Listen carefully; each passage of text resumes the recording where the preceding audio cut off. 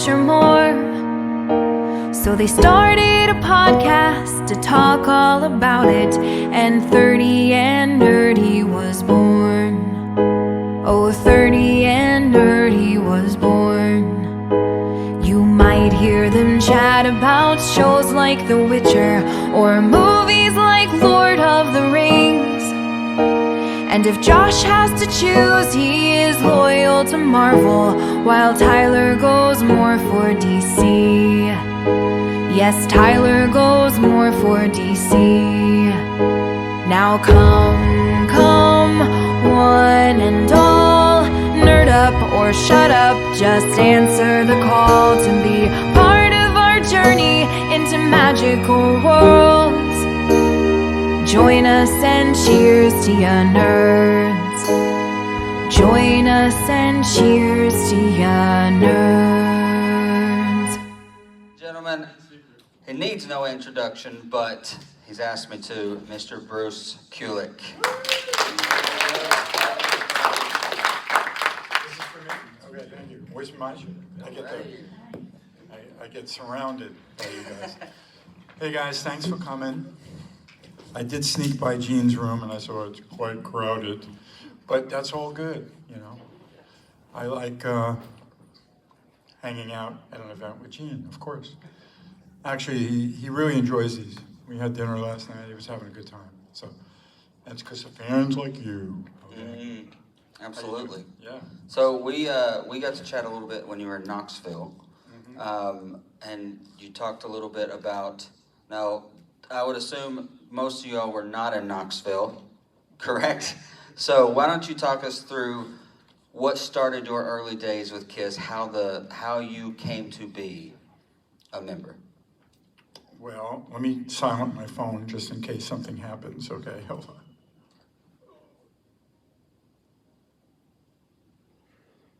on.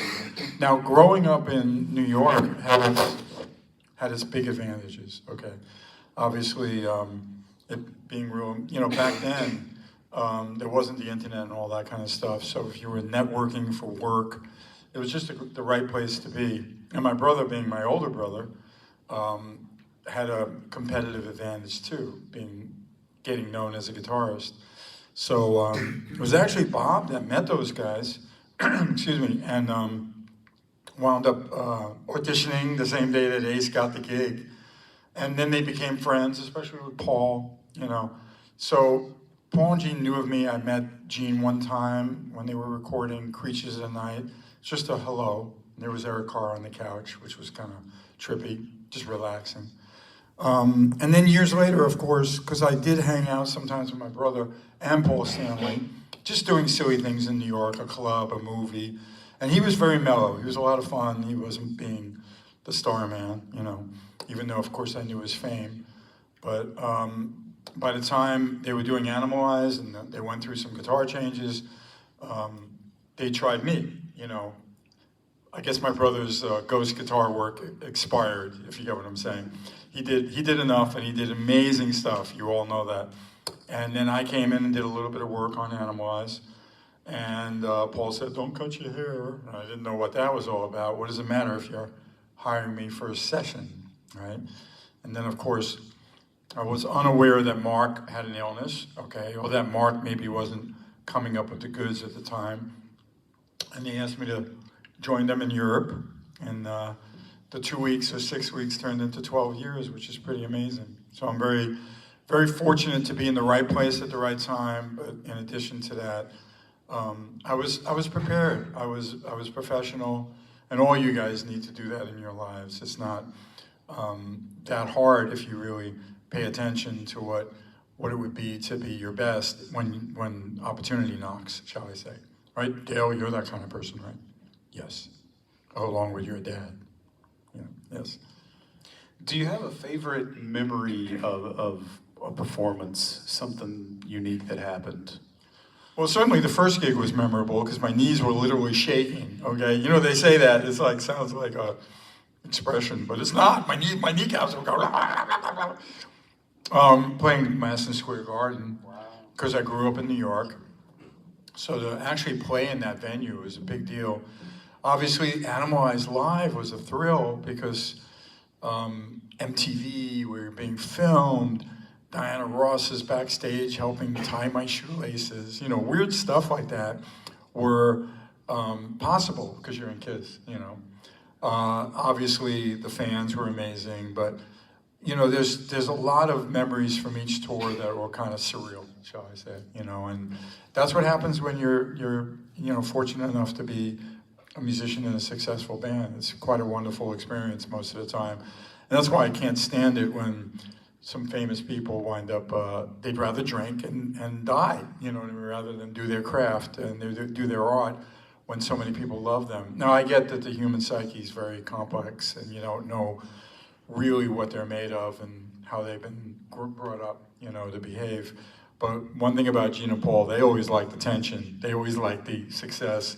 And I learned a lot from all of that, and that's a testament to their 50 years, So when did your love for music begin? I loved, whenever I heard music when I was very young, I really was drawn to it. I didn't realize I had an actual, they call it an innate ability, okay? If you don't believe me, Google it. Right, Lisa? Right? Yeah. And that means you're kind of genetically already, you have an ear.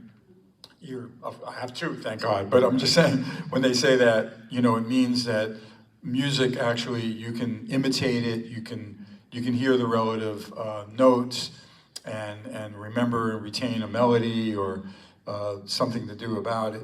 And I remember I was tested in school, and they wanted me to play stand-up bass, actually. I had to go to Hebrew school for my bar mitzvah, okay, to be honest. I couldn't do it.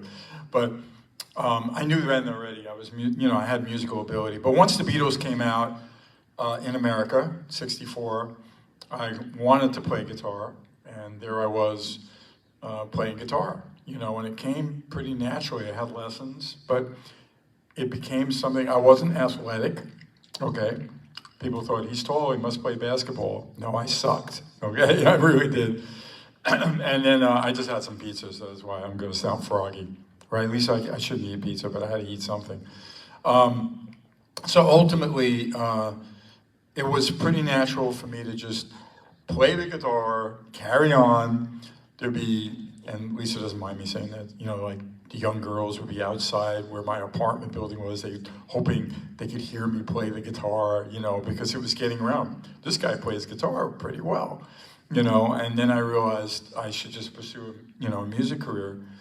And even though there were always trials and tribulations and a lot of hard things that needed to be done, one thing led to another, to another, to another, and I never took any of it lightly. You know what I mean? I always was very grateful, and there were times when I thought I blew it. I didn't take some gig that I should have, but then something better came along. Things like that. So in everyone's life path of careers, you never really know. Unless you have some magical crystal ball, what's ahead. But you just have to stay focused and stay moving forward. I was fortunate. Did I say something? So if I'm not mistaken, your wife is also a musician, right? You guys play together sometimes? Yeah, my wife sings really well. And besides loving her as a wife and a partner in my life, she's quite talented. The very first time, it was on early dating. I remember I was doing an event for my solo record, BK3, and it was this guy we knew that did autograph shows was putting on a red carpet thing. I would get a lot of really cool B stars there. Okay, we're gonna celebrate BK3. I'm like, really? But it was in West Hollywood, and a lot of people came, and he would do a karaoke thing, right? And all of a sudden, Lisa just runs up. I had no idea she could sing, and or at least what she sounded like. And she sang a Judy Garland song that I never knew what it was, but I was like, wow, that was really good. So during the pandemic, we really got a chance to have some fun with a lot of the Kiss material, her having a high, female range. And believe me, the 90s, especially Paul's songs were up there, we all know that. And prior to that, even for the wedding, that we had in 2014. There was a beautiful song that Barbara Streisand sang, and we recorded it and did our first dance to it, you know. I don't know what everybody thought of it at the wedding, but it was, I was very proud of her. So yes, we love doing music when we can, and she's a great artist. She has even a book coming out next month. She's gonna hate me for saying that. And I've been torturing myself recording the audio for it because I want to make sure everything, what is going on? I think it's just, cellular or whatever. Don't worry about it. Was that you? Did you do that, Lisa? That's it. You're slapping on. No, everyone should know. That happened several times in the last panel. Okay, good. Yeah, it's interference is actually what it is. Yeah, it's just random when it happens, which is really going to be the fun part. You know, to figure out when the cellular gods or whatever the Wi-Fi. Anyway, but she's very talented. Yes. I think I read on your Wikipedia, are you also writing a book? I'm supposed to be, but I'm busy recording my wife right now. No, I'm teasing. That trumps everything. I have these terrific subject titles, okay? I also have tremendous interviews from some really cool people, and sadly from people that are not alive anymore, but fortunately I have them, like my parents and my brother, because originally, like 20 years ago, there was a guy very motivated to, you know, I think you should do a book, and at the time people wanted that book to be like the Motley Crue, The Dirt. That is not my life, guys, okay? I am not stringing girls up upside down and taking heroin, okay? That's not my thing. If you know the Dirt. I didn't get a chuckle out of that. What's the matter with you guys? Come on. Oh, thank you. Anyway, so I have all those, and of course I have these great subjects, you know, and it's just, I'm always busy and I'm always moving forward. People like Neil, who know me professionally, know I'm a very motivated, ambitious guy. But like I told Lisa, she's got to like lock me in a room or send me to Iowa and put me in our mom's house and won't be able to leave until I write like 10 chapters or something, get a start on it. But I will, and I'm very motivated about it. Don't worry, her book's probably like 20 years old, right, honey? Where it came from. And then you take time to, you know, figure out, what can I do with this? How do I update it? What do I do? My story keeps getting written, which is nice too, right? All these events, obviously the one in November would be something interesting to talk about. And all the times I meet fellow people, this guy Neil has put on some very interesting events that I was appearing at. There's always stories. But certainly the book will be my love of this career that I've had and some of the trials and tribulations that they probably don't know about. I've kept a few private, but I'll talk about them in the book. It'll be fun. So this event in November. Mm-hmm. Talk about that a little bit. Yeah, the Virgin thing at the Virgin Hotel. You know, I think it really started as a reaction to things like Kiss Cancer Goodbye, Creatures Fest, and all the other successful expos that have happened in the past. And I think Pop House, being the new owners who are still kind of learning what this whole thing is that they bought. You know, you gotta remember they're Swedish. There's like a lot of people work there. And, you know, they came from the ABBA world, which is successful, but it's a little different than the Kiss fan, right? And then I think they wanted to keep engaging the fans because they knew the Avatar creation is going to take quite a few years. So I think it was their motivation to let's do a fan event. And Gina Paul will be there, of course. And it started off with a different title, Kiss Storms Vegas, celebrating the convention tour of 30 years ago. But I remember Paul being very passionate about it being more like a landlocked Kiss cruise, because I think the community thing that happens on the cruises would be a better message. And I kind of thought it was a great idea too. So when it switched, even though you're not at sea, I think the structure of it suddenly became much more familiar to the fans. And you know, not everybody wants to travel to Vegas. Some people love, like, I want to go on a cruise and visit some tropical islands and get drunk for free, or whatever happens, you know. But I do feel like this is, for 2025, for a band that technically ended almost 2 years ago, is going to be quite entertaining for everybody. And part of it is just everybody who's a fan being there, you know. I will sit in and play a couple songs, 1 or 2 songs. We'll see how that goes. with Kiss, which is exciting, meaning Gene, Paul, Tommy, and we'll see what happens with the other, guy, my dear friend. But certainly, I have a show just like I've done on the cruises with some very talented people that I've performed with before. And I'm going to go with some deep tracks and some hits from my era, because I represent the non-makeup years. We all know that. You've heard me say it a million times. And I think between all the events they have planned, it's going to be jam-packed 3 days of a lot of fun, especially if you're a Kiss fan. If you can swing it, I think you're going to really love it. I'm looking forward to it. So does anyone have any questions? Oh, we're turning it over to the fans. Uh-oh, here he is, the elephant in the room, Neil Davis. Elephant? That's a compliment. Okay. I'm teasing. So, Bruce and I've had the opportunity to work together many times, and Yes. I can just tell you he is a great musician, but an amazing individual, and cares as much about the fans as we care about him. So it's great to see you again, Bruce. Yeah. So, as you know, I was driving over from Sarasota today, and I said, I'm going to listen to Asylum coming over. So I had an Yeah. opportunity just by myself, and thank you for that great album and King of the You're Mountain. welcome, yeah. But once I was finished with it, I said, it's going on my phone, I said, hey, listen to some Carnival of Soul. I haven't listened to it in a while and so forth. And I realized that some of the stuff, I really like it a lot. And made me thinking about how that album, I still don't know, it's really clear to me, it came out, reunions, they're doing it. It got kind of pushed under the rug and so forth. Sure. What are you looking back, what would you like something different about that album? What do you think about it? I mean, the Carnival Soul era never really gets talked about. Right. Maybe a little insight about when Sure. you guys were recording it. What did you think? What was going to happen with it all? Right. No, it's a great question. Thanks, Neil. So, we did Revenge, which I really thought was a terrific record, and it actually didn't sell what it should have, but I'm very convinced that had to do with the new music that was, music really shifted. A lot of bands that were what you'd call maybe hair metal, just all of a sudden the door just slammed on them because of grunge and the Seattle sound and all that. And there was a new generation wanting to rock and roll, and they wanted their bands. Hence, they were attracted to that type of music, even the look and everything. So everything kind of changed. And I remember Gene was embracing a darker, heavier kind of thing. He even liked Radiohead, before Alice in Chains or any of that.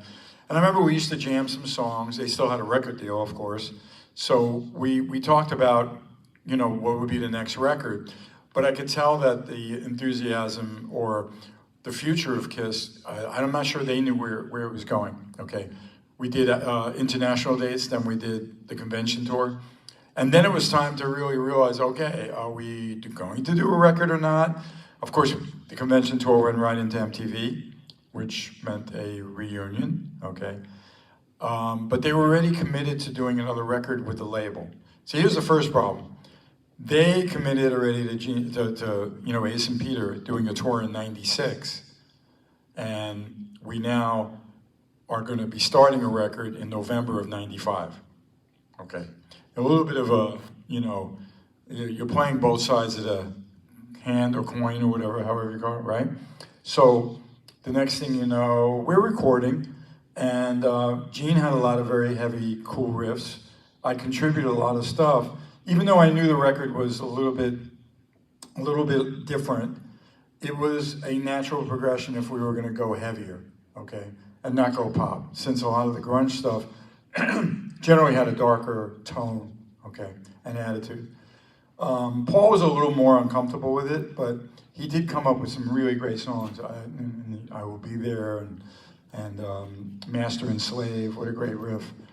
And I even got to sing a song. So we were recording it, and halfway through, I remember their attention was sometimes a little bit distracted, and I couldn't figure it out. But I obviously figured it out by January of '96 when we all had a meeting, and that's when they admitted that, okay, we got offers we can't refuse. We're going to do a reunion tour with Ace and Peter. We're keeping you guys on salary because, maybe it'll only last 6 months, maybe it'll explode, maybe it'll last a year, but this is what we're going to try. So, and then I understood the distraction and the confusion a little bit with that. But then, as you know, Tiger Stadium went on sale and it sold out in 2 seconds, you know. So the writing was on the wall that that's where they were going to be headed. And so now the record's got to just like nothing. You know what I mean? It's handed in, label's looking at it. Well, we're not going to not release it. They paid for it, right? But they're doing the reunion tour and taking over the world again, shall I say. So eventually, I remember having a conversation with Paul where he said, it's going to come out. You know, well, what's the choice? Give him back the money? You know, that wouldn't make a lot of sense either, you know. So it came out in '97 once everything was said and done. There was a little bit of promotion from Gene and Paul. Jungle, which is a song I co-wrote, became a radio song, which was nice. Back then, you know, FM. But the band was over the final sessions, you know.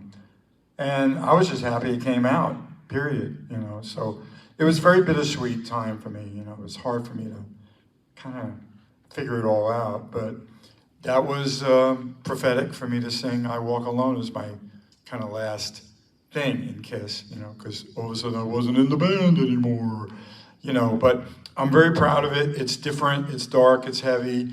If you love it, great. If you don't, I understand, you know, but I think you can understand the timing when it was done and where the band was headed, and then they stayed in makeup from that was it, you know, until they ended in 2023, 53. That was the year I was born.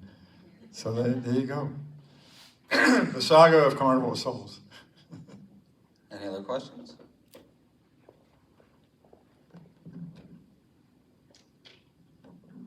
How you doing, Bruce? Couple questions. Your genre style music growing up, as you got involved with Kiss, you got into a different style of genre of music as you were growing up, or did it change you as you got into Kiss? And then as you got into it, did it change you? And then now recently, your lovely wife took you traveling, and you kind of humbled yourself in a way. In Iowa. In Iowa. And it did. It calmed you down. Future-wise, are we going to see a little bit more of that, Bruce? Well, my wife knows I'm trying to stay calmer more often now, right? Lately when we travel, I'm like, I was a good boy, right? And Lisa goes, very good. And I said, what about you? I had some problems. You know, it's like everything that used to stress me out, I'm kind of like, seen that, done it. It's not worth getting aggravated about. But the thing I saw in Iowa that I loved was people were they were very friendly, they were very kind, it wasn't overcrowded, it was a more relaxed kind of life, and I did enjoy that. I'd fall asleep on the couch, and I'd fall asleep on the back porch or something. So I had a good time, and you're from the Midwest, and you know. And I'm trying to take it easier now that I'm a little older, even though I'm still ambitious. Now, getting back to my playing, no, Kiss didn't change it. I mean, I always needed to do what was right for the gig, okay? And that means play the right stuff for the right song, you know, make it the best it can be a team player. And I was already doing things that were flashy, you know, the Eddie Van Halen kind of style. I was already very much a melodic player, so Kiss needs that.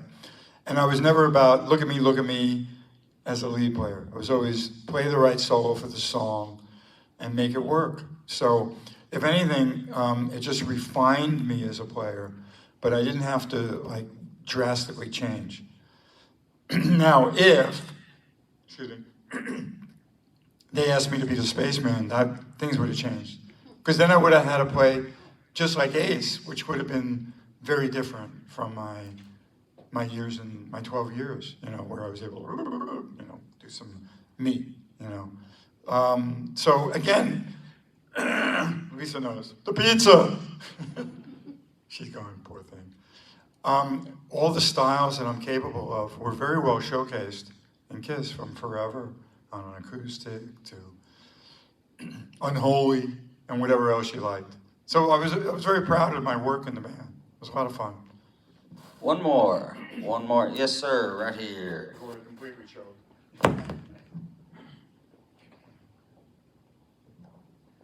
I know you've been asked a lot of times about what your makeup design would be. Oh, yeah. But I was always curious, if your brother Bob had gotten the job instead of Ace, did you ever talk to him about what his may have been? You know, I don't remember us talking about that. It's a good question. I know, would he have put a makeup on? Yeah, I guess he would have. But it wasn't meant to be, you know. During the pandemic, there were some people that were fooling around. Okay, make your drawing, make your suggestion for Bruce. And some guy who did the mage, the magician, you know what I mean, with interesting stuff. Some of them would do lightning bolts and all. I'm like, wait a minute, Ace is more a lightning bolt kind of guy. You know, I kind of like that I represent an era that didn't, brand themselves that way, you know what I'm saying? Not that there's, I don't have any fault in the power of the makeup era or the strength of these characters. And then, of course, all the criticism that when Tommy became the spaceman and Eric became the Catman, it was always an issue, you know, with some diehards. But it's not easy to keep coming up with these creative characters. I guess it could have, if needed be, you know, kind of like Ninja Turtle times 20, you know, I don't know. A lot of members, you know. But I'm kind of respectful of that, and I'm kind of happy I didn't actually have to deal with that, you know. What would you guys see me as? I used to joke around and say the dog, you know. There was a cat. Why couldn't I be a dog? You know, put a circle around my eye or something, right? Anyway, that was fun. The Thank makeup you question. all. Damn you. No, I'm teasing.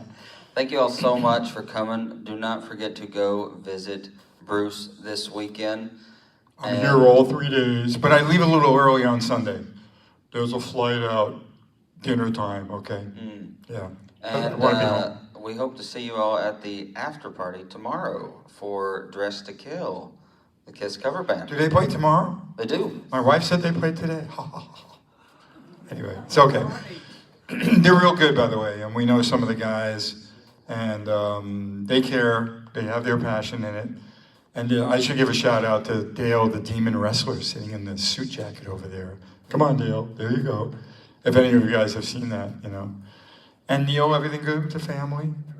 Any TV shows booked for yet? I'm still trying. He's still trying? Okay. You don't want to know the show he wants to be in. You don't want to know. It's not cooking, by the way. Okay. I don't know, something about being naked a lot. That's all I know. Naked and Afraid. I'm that way when I come out of the shower, that's for sure. Anyway, thanks guys, I appreciate Thank you it. all.